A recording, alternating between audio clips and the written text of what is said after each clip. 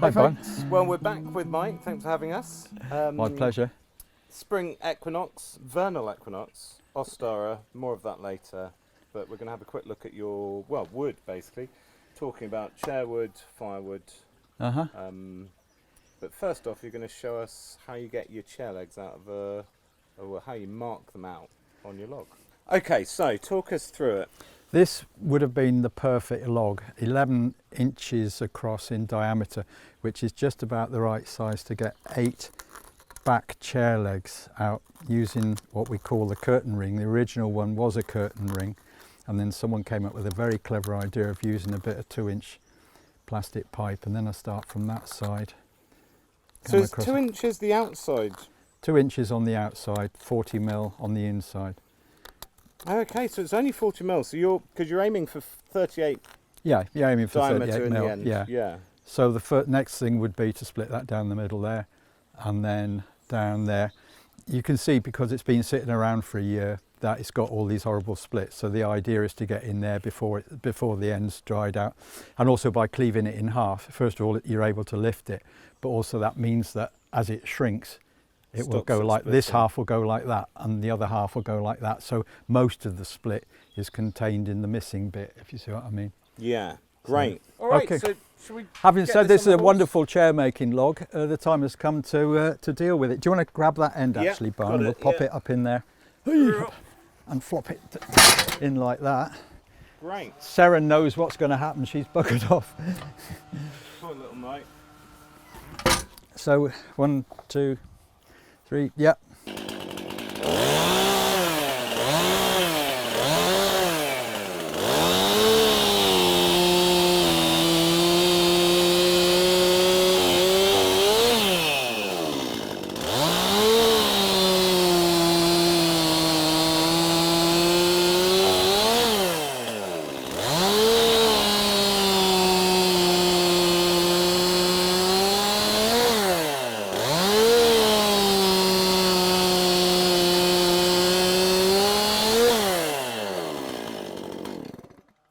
Great. Okay, so it's sawn. What is that specific length for your wood burner or something? I normally reckon on about 10 inches. That's a little bit shorter, isn't it? But yeah, that's a nice like wood burner 6, size. That 7, yeah. Yeah. I suppose that the longer it is, the slower it dries. No, not really. No. No. Oh, there we go. That one's longer in it. This, yeah, whatever. Be fine. Yeah. So this is wood that's been felled. It was felled a year or so ago, and I collected it this time last year, and then for some reason, some tragic reason, I overlooked it, because you look at those growth rings, really nice, lovely, even growth, perfect stuff. That just started to slow down a little bit, fell just at the right time, just the right size. But there you go. It's lovely for splitting up. It's a great thing to do in winter, on a cold winter's day, but it's good on a day like today just to just split it with a one-handed chopper. Perfect. Let's get see it then. Yeah.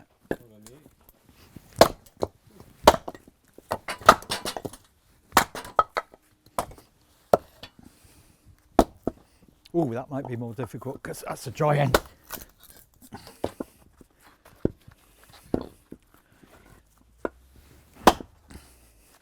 And then you can turn it over. It's about the right size.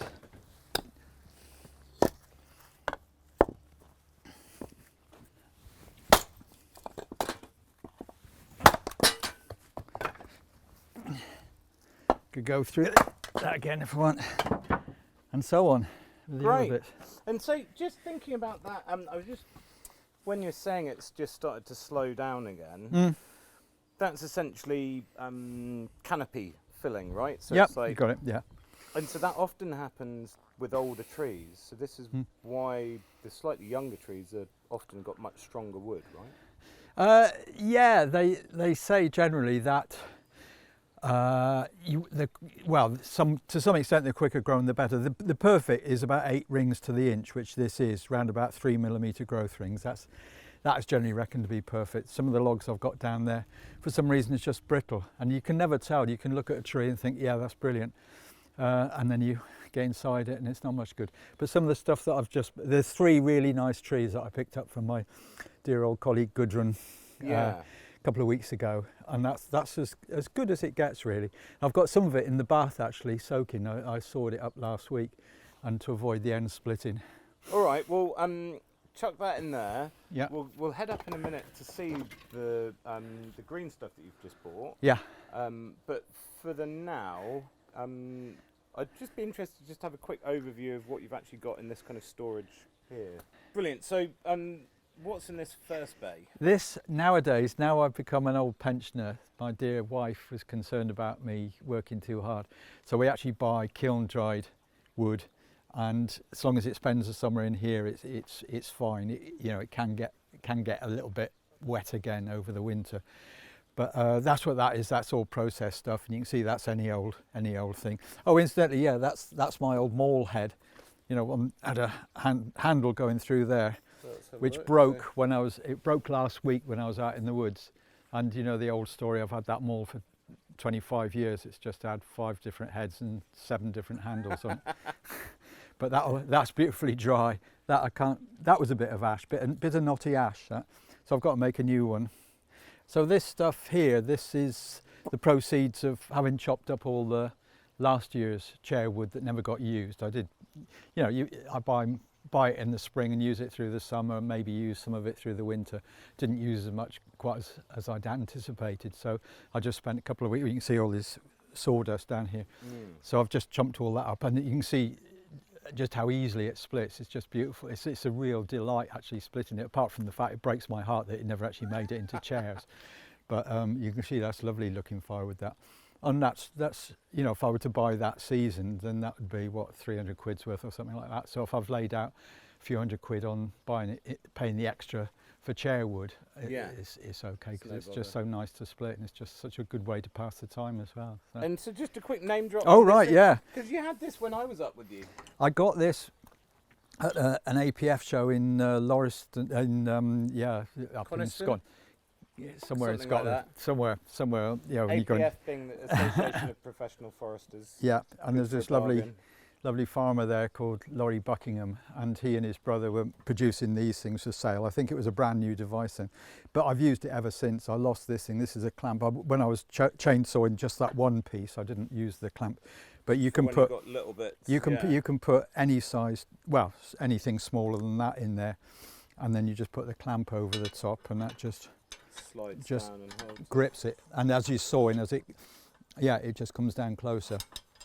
And you can see at one point we put some piping around supposedly to protect it, or protect the chain from here, but you can see I've hit it with the chain at times. And that's the drawback about this, is that it'll, you can virtually write a chain off quite easily.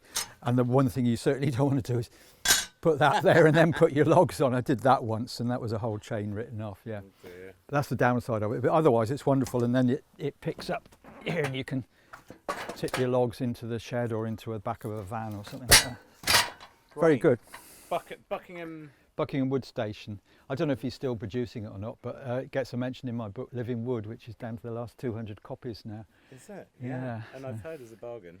It It's might be. got fantastic information in it, so do check it out. Right, what's next? So this is just bits and pieces. This will go on the fire pit. When we sit out. Sorry. It's nice dry stuff. It is dry. Some of this will go in the kindling shed for lighting the fires in the house or in Tamsin studio or whatever.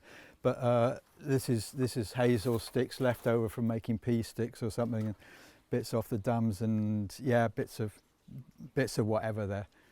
Funny coloured shavings. What are those? That'll be, I don't know actually. Possibly oak, sweet chestnut. It might be sweet chestnut. Yeah. What's that from?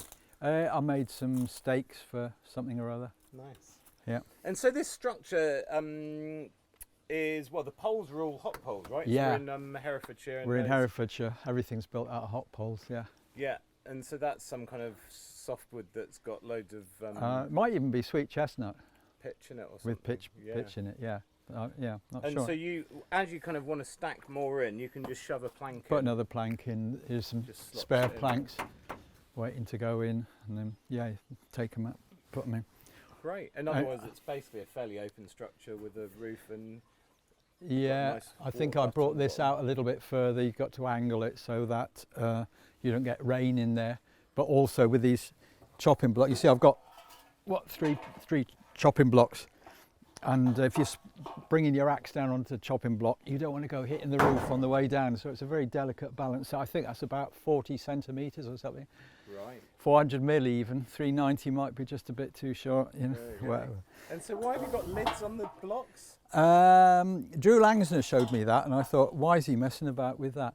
But to stop rain getting in, this is actually an oak block. I've had this since we moved here. This is 25 years old, this one. Wow. Stop them rotting a bit.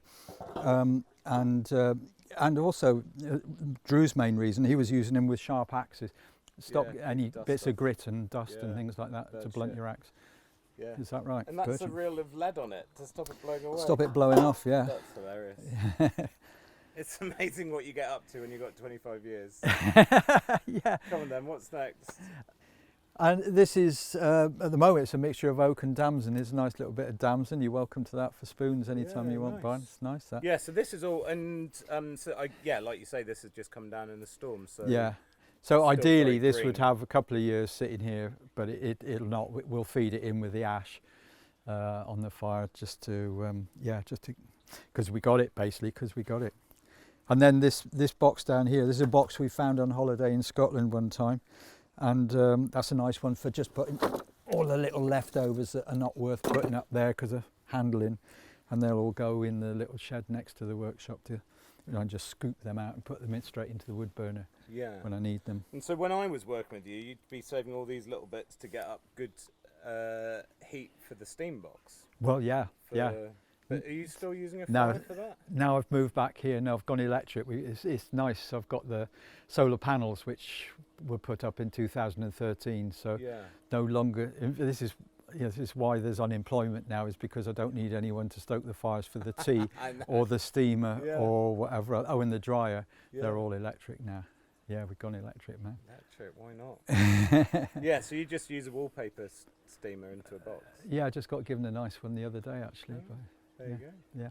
Great. Well, yeah, but you've got those for your little wood burner, so that's good. And then the last thing on the end.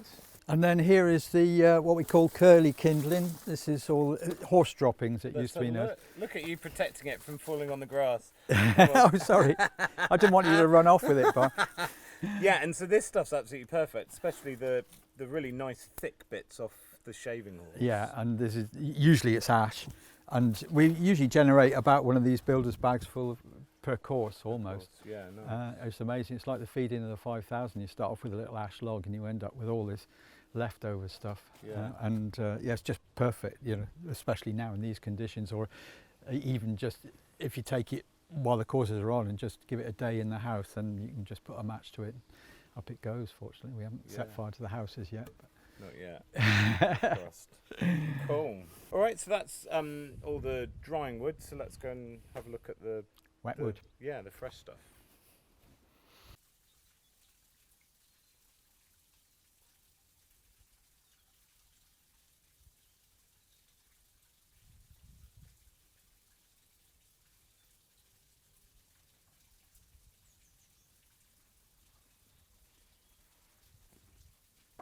So,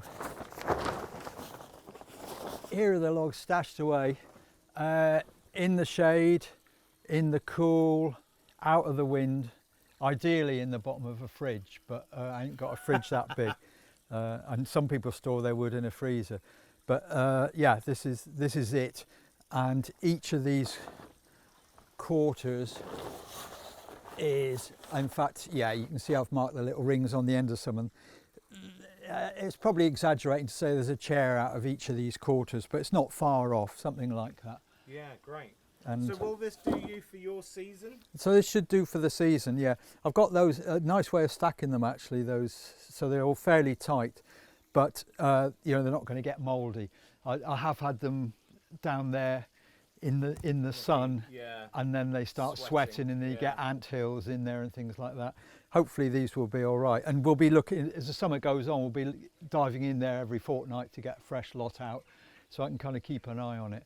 Right. And then come the winter, either for chairwood or if I'm desperate for firewood. Yeah. Perfect. Cool. All right.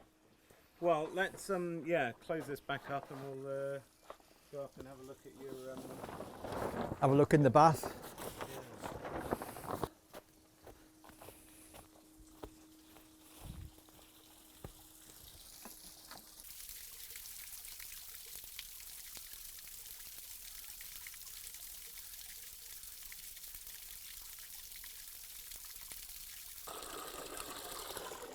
don't overstrain myself. So I lean on this. You remember me talking about this little tree on last time you came here? When it started out, when I first came here, it was about the size of that little horse chestnut. Never did I envisage that I'd be actually using this to help pull myself up out of there. And yeah, we've got a good relationship, me and this tree, and hopefully it hasn't got ash dieback, hopefully. So that goes in this old bath. Took us 4 people to, it's a good old cast iron bath that. But, and you can see I've got this is a sort of reject old log to hold those big ones down in there. Oh yeah, and otherwise they just float to the top, otherwise, don't they? Yeah. well, yeah, I mean, these are floating pretty well. These are some bits I was playing about with the other day. They've only been in there for a day or so.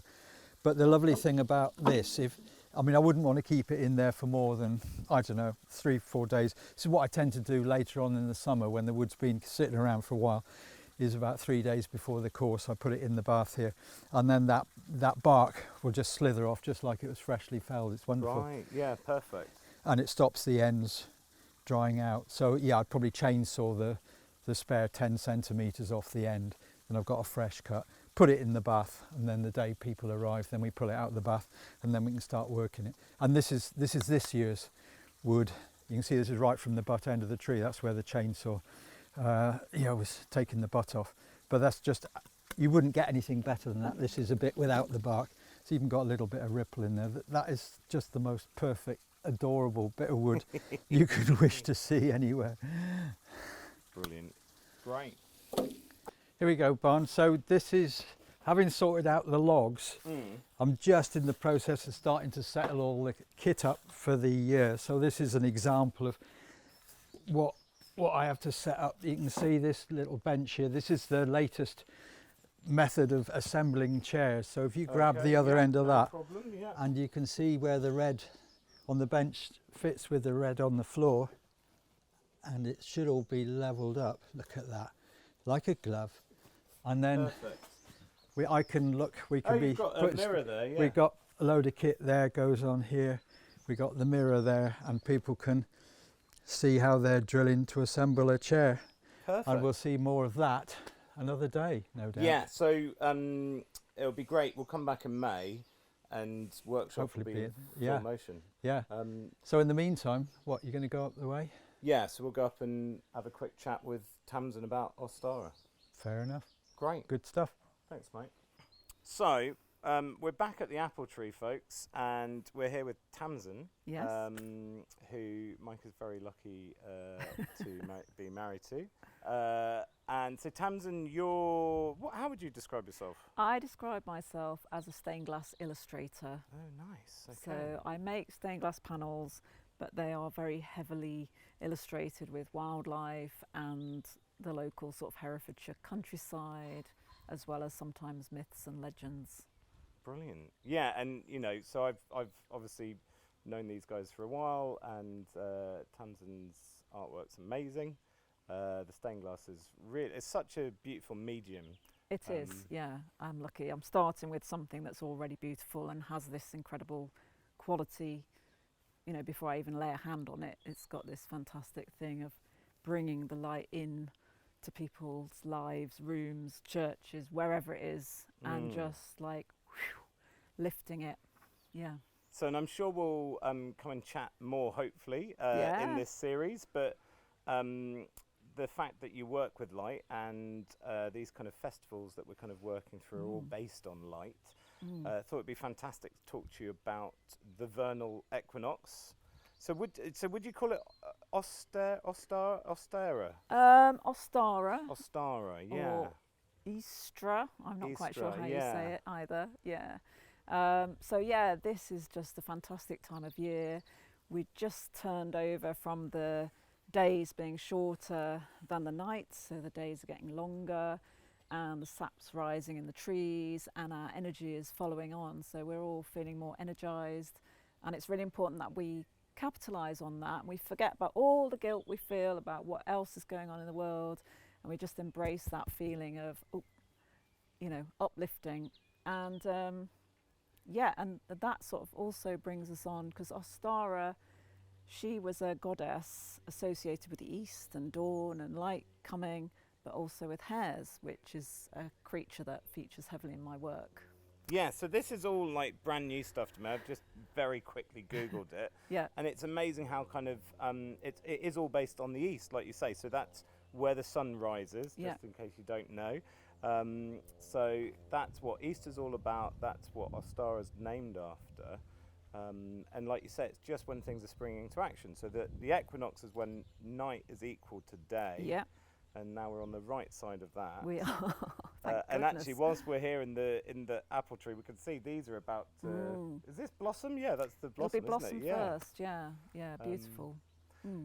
So, and then we do come on to this kind of strangeness, I guess, about the kind of Easter bunny or the Easter hare and the eggs and stuff. So, so where are we at with that? Well, I think there are two theories, and one of them is that this goddess Ostara, I don't know why, but she was associated with hares, sometimes with a hare's head, sometimes transformed into a hare, sometimes had a pet hare.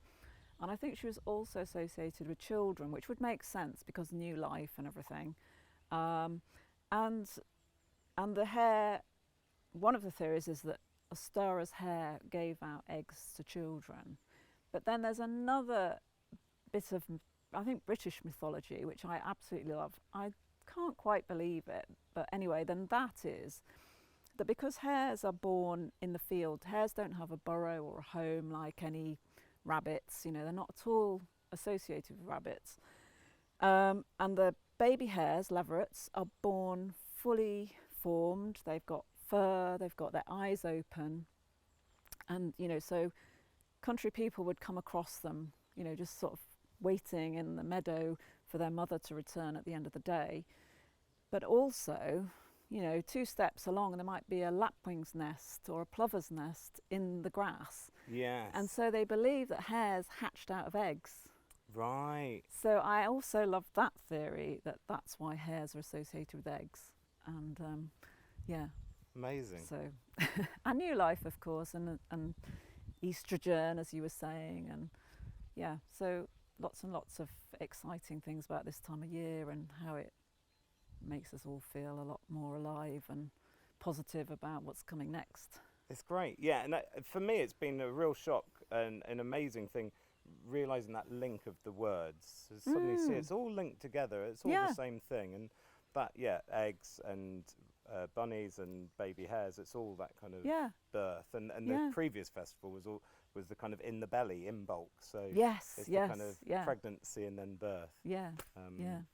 So, and then we actually have one of your beauties here. Yes, quite an old piece now, but fits in perfectly with the season because we've got a little nest here, acorns again, which is the oak tree's version of an egg, I suppose. Eggs, and the hare and the buzzards flying over the hill there. Brilliant. Yeah. And we've got our lovely little daffodils as well. Yeah.